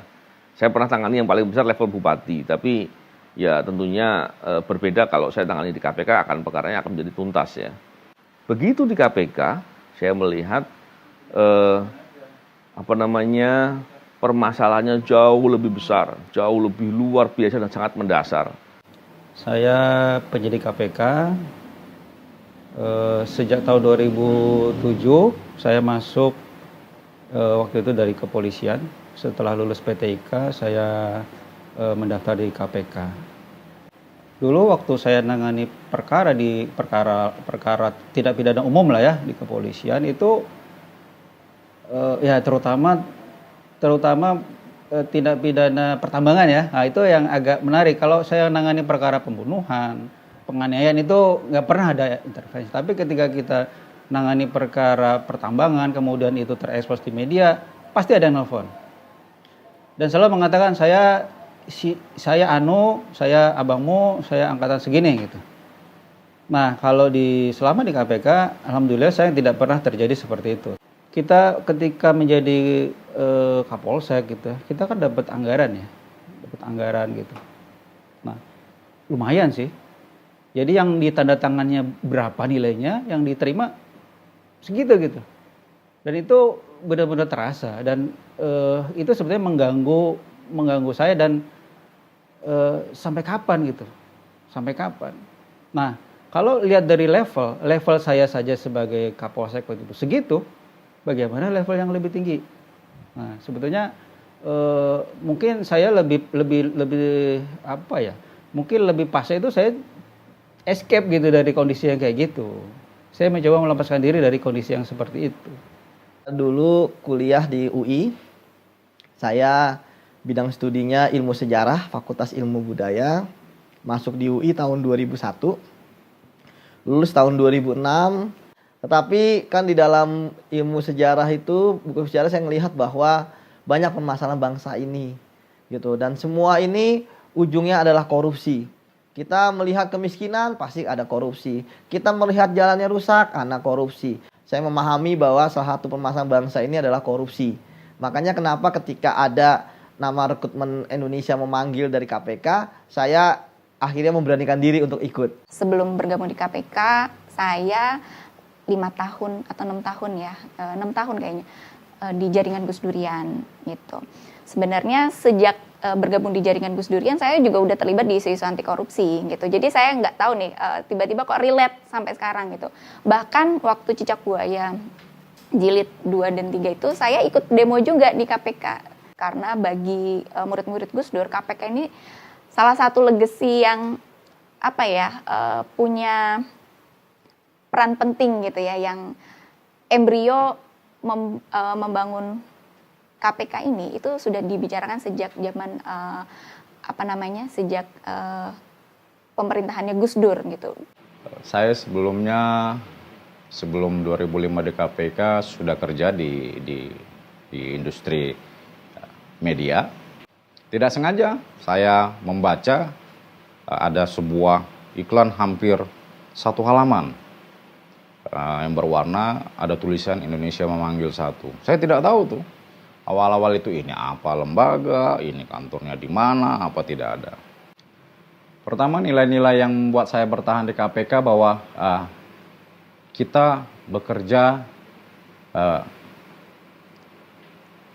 apalagi kalau saya katakan di awal-awal itu dengan jumlah pegawai atau resource yang masih sedikit, kita bekerja sama-sama, berbarengan dengan teman yang lain, kolektif gitu, tidak ada lu gue enggak.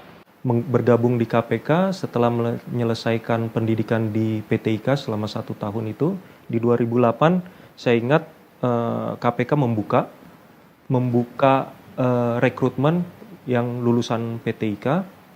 Selama 6 tahun di NTB, saya merasakan biasa-biasa saja. Kasus yang saya tanganin biasa saja, cenderung kecil, karena ya memang wilayah NTB seperti itu. Sedangkan ketika masuk KPK, kita menangani banyak hal yang besar. Menghadapi pejabat negara, pemerintah, kepala daerah, anggota DPR RI, kemudian menteri dan sebagainya. Saya mulai merasa kayaknya ini rumah saya merasakan, oh ini saya menemukan rumah saya. Jadi saya akhirnya merasa tidak salah memilih waktu itu. Sebelah mata gimana ceritanya itu lahirnya? Iya, awalnya karena basis RK dulu nggak bisa ngelihat lama-lama gitu, lama-lama pelan-pelan nggak bisa ngelihat gitu. Ya udah, terus dia bikin lagu tentang dirinya dia. Lah kok kejadian sama jadi Bang Novel. sebelum kejadian? Iya, jauh sebelum Bang Novel diiniin siram air keras matanya. Jadi terus karena memang orang udah tahu lagu itu, beberapa teman-teman make lagunya buat kampanye itu, dukung Bang Novel agar penyelesaian kasusnya. Nyanyiin liriknya dikit. Penyelesaian kasusnya, iya kan? Sebelah mataku. Gitu yang ya mungkin kalau secara lirik mungkin nggak terlalu sama persis gitu, tapi semangat iya. 15 tahun di KPK gue ngikutin tuh, setiap KPK nangani perkara penegak hukum pasti ada tsunami-nya setelah itu. Ya hari ini kan sama polanya. Kalau KPK nanganin Bansos. Bansos, heboh. Partai politik besar tertentu heboh. Iya. Ya, kita sebutlah partai penguasa segala macam. Iya, Harun Masiku nih nyari. Apa sih susahnya nangkap Harun Masiku tuh? Nazarudin aja ke Cartagena bos. Diburu dapat kok. Ini kan nggak jauh-jauh. Nazarudin. Ada lagunya tuh. Britney Spears dan Pevita Pierce lari lebih kencang dari Nazarudin panggilin Hotman Paris karena ternyata Odopolis. Nah, enggak lagunya. Saking cepet larinya. Ya, artinya bisa ditangkap gitu. Nah, jadi kalau yang sekarang terjadi, apa itu Anggerman itu juga sekelas info. Sekelas info ya. Bunga kami adalah yang tak kau hendaki adanya.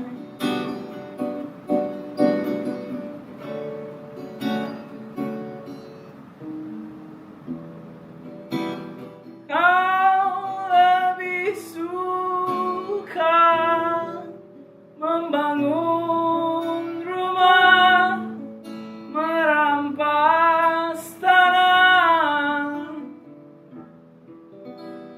Kau lebih suka membangun jalan raya. Tanggal 4 Mei itu sudah jelas bahwa proses peralihan pegawai KPK menjadi ASN tidak boleh merugikan. Oh, jelas. Ini sudah merugikan ini. Dari saya dinyatakan nonaktif hingga hari ini ya saya rugi dong. Bukan hanya rugi saya, harusnya negara rugi. Kenapa saya katakan begitu? Apakah selama saya dinonaktifkan saya dibayar oleh negara? Kalau saya dibayar oleh negara, berarti negara membayar sesuatu yang saya tidak lakukan, atau saya dibayar atas sesuatu yang tidak saya berbuat sama sekali. Rugi nggak negara? Waktu saya pertama kali masuk, tahun pertama,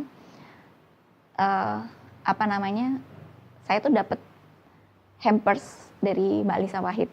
Nah, saya waktu itu tanya sama atasan, saya nerima nih hampers ini, saya harus lapor lagi, Mbak? Ya harus lapor. Gitu.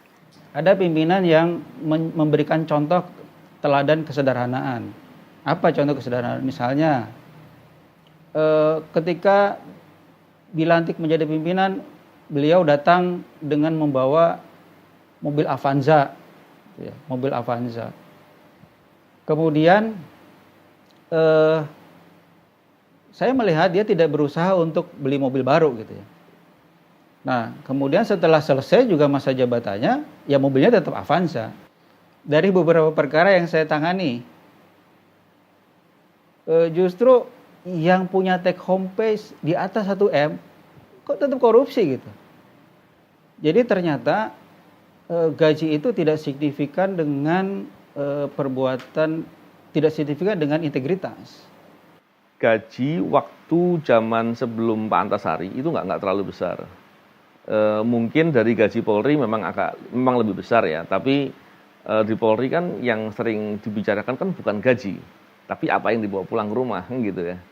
Jadi saya pikir kalau dipikir dengan persepsi seperti itu tentu sangat salah.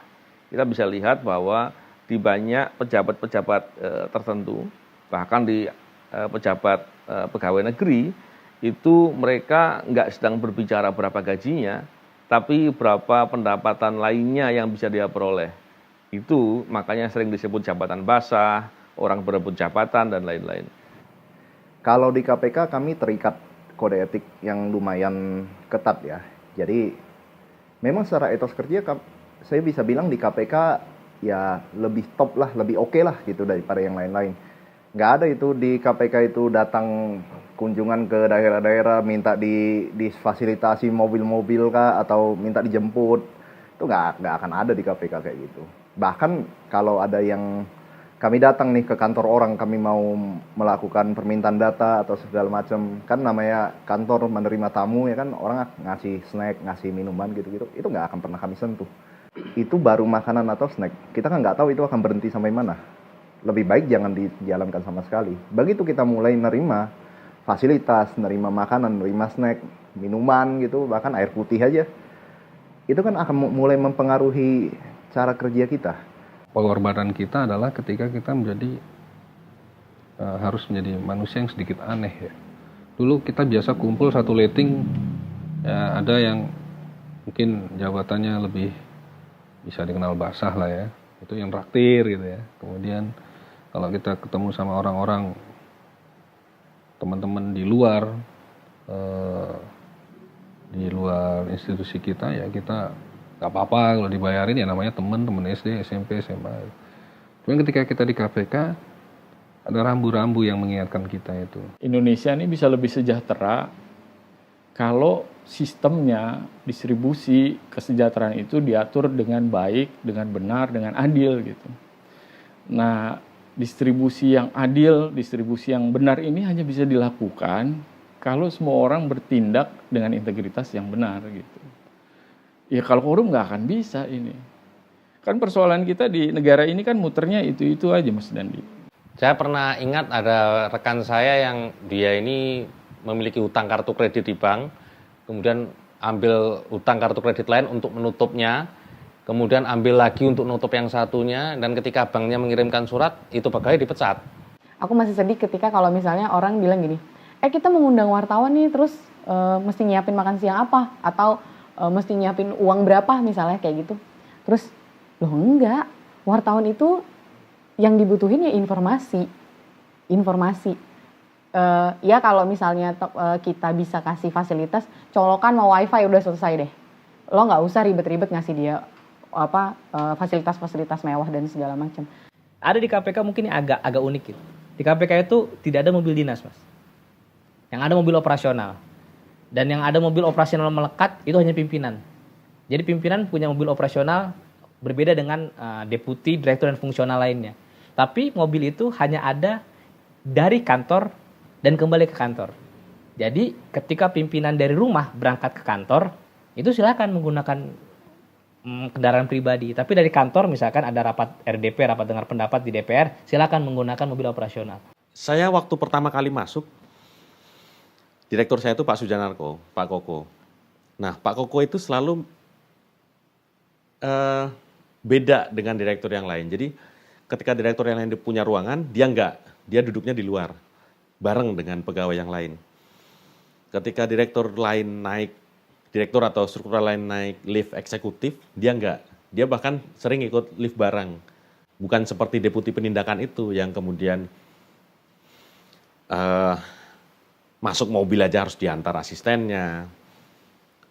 Kalau yang diperiksa ketua BPK dia harus turun sendiri menjemput. Lalu main tenis. Kalau di kode etik yang lama kan ada tuh, enggak boleh tuh main golf atau main tenis dengan pihak lain tanpa persetujuan pimpinan. Jadi saya istilahnya walaupun konflik-konflik itu saya menjalani mobil gitu ya, ada supirnya tapi saya bertanggung jawab. Ada tulisan KPK gede banget gitu ya. Saya tidak takut gitu kan, apakah ada yang ngelempar batu atau apa gitu kan. Ketika saya naikin mobil itu sampai ke desa, sampai kemana kan, karena mobil itu bentuknya minibus lah gitu ya. Seperti elf gitu. Nah itu justru masyarakat luar biasa gitu kan. Saya datang udah dada gitu kan. Di salah satu acara tuh Pak Koko pernah bilang, waktu itu sama Bang Haris Azhar. Dia bilang, kalau orang KPK ketemu sendiri dengan pihak luar yang lain, yang tahu itu hanya Tuhan yang di atas sama setan di sebelahnya. Deketan mana Tuhan yang di atas sama setan di sebelahnya. Jangan-jangan yang lebih didengarkan yang di sebelah ini. Salah satu platform ya, salah satu pilar utama untuk KPK kuat itu, KPK itu harus independen dalam fungsi, independen dalam resources, termasuk SDM dan keuangan. Itu wajib. Nah, kenapa seperti itu? Karena ngurusi korupsi itu yang kita urusi adalah pejabat yang tingkat pengaruhnya itu luar biasa, bahkan sampai mempengaruhi, bisa menguasai negara gitu. Sehingga organisasi itu harus punya sifat-sifat seperti itu. Dengan adanya undang-undang yang baru, KPK tidak bisa merekrut pegawai dengan karakter yang sesuai dengan KPK. Itu yang paling utama. Nggak bisa lagi. Kalau abang hari ini masih di kepolisian, pangkatnya sudah apa? Teman-teman saya itu Januari kemarin itu sudah komisaris besar, Kombes Pol. Setelah memilih KPK dan dinyatakan tidak lulus tes wawasan kebangsaan, apakah abang menyesal pernah meninggalkan kepolisian? Sebetulnya tidak pernah ada penyesalan karena sebetulnya itu adalah pilihan hidup ya. Ini di keluarga saya juga begitu. Mohon maaf ya kalau ibu yang meminta sambil menangis, itu gimana perasaan kita?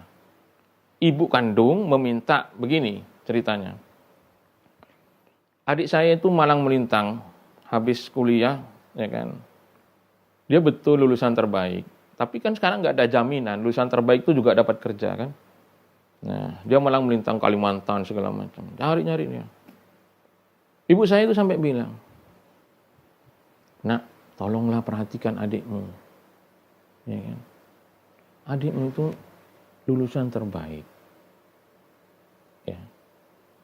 Lulusan negeri terbaik. Adik saya yang terakhir tuh gini. Nah, masa kamu selama ini nggak punya kawan, nggak pernah meriksa itu. Nah, mungkin kalau orang lain kita bisa ini ya, tapi ibu sendiri.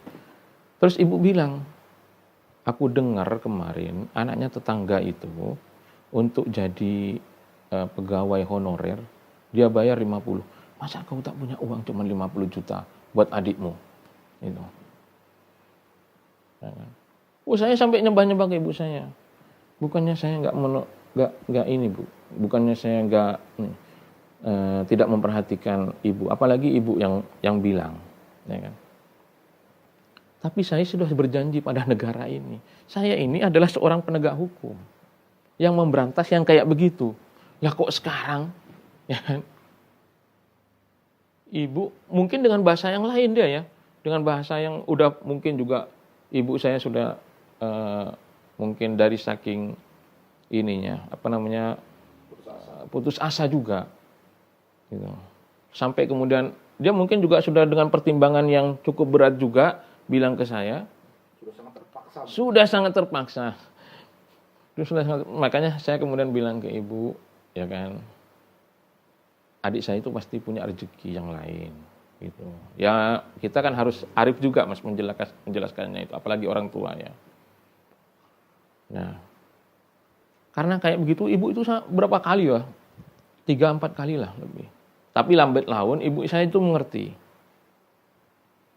Bahkan ibu saya sekarang ini sampai pada tahap ketika ada orang itu minta nomor handphone saya, ya kan? Baik oleh saudara saudara terdekatnya juga. Ibu saya gak akan ngasih.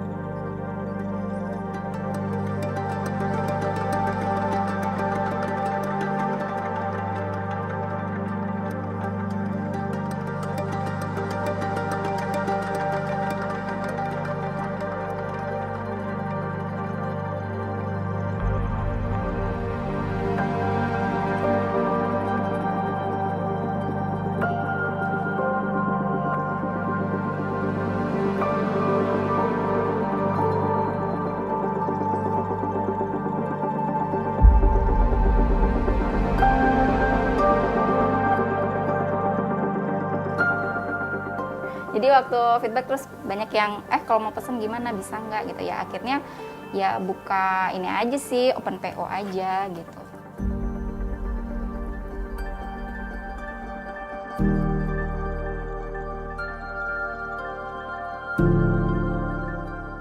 Upacara pelantikan dan pengambilan sumpah janji pegawai negeri sipil Komisi Pemberantasan Korupsi Selasa 1 Juni 2021 dimulai.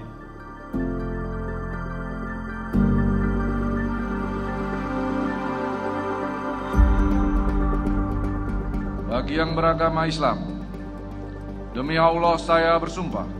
Demi Allah saya bersumpah. bagi yang beragama Kristen dan Katolik, demi Tuhan Yang Maha Esa, saya menyatakan dan berjanji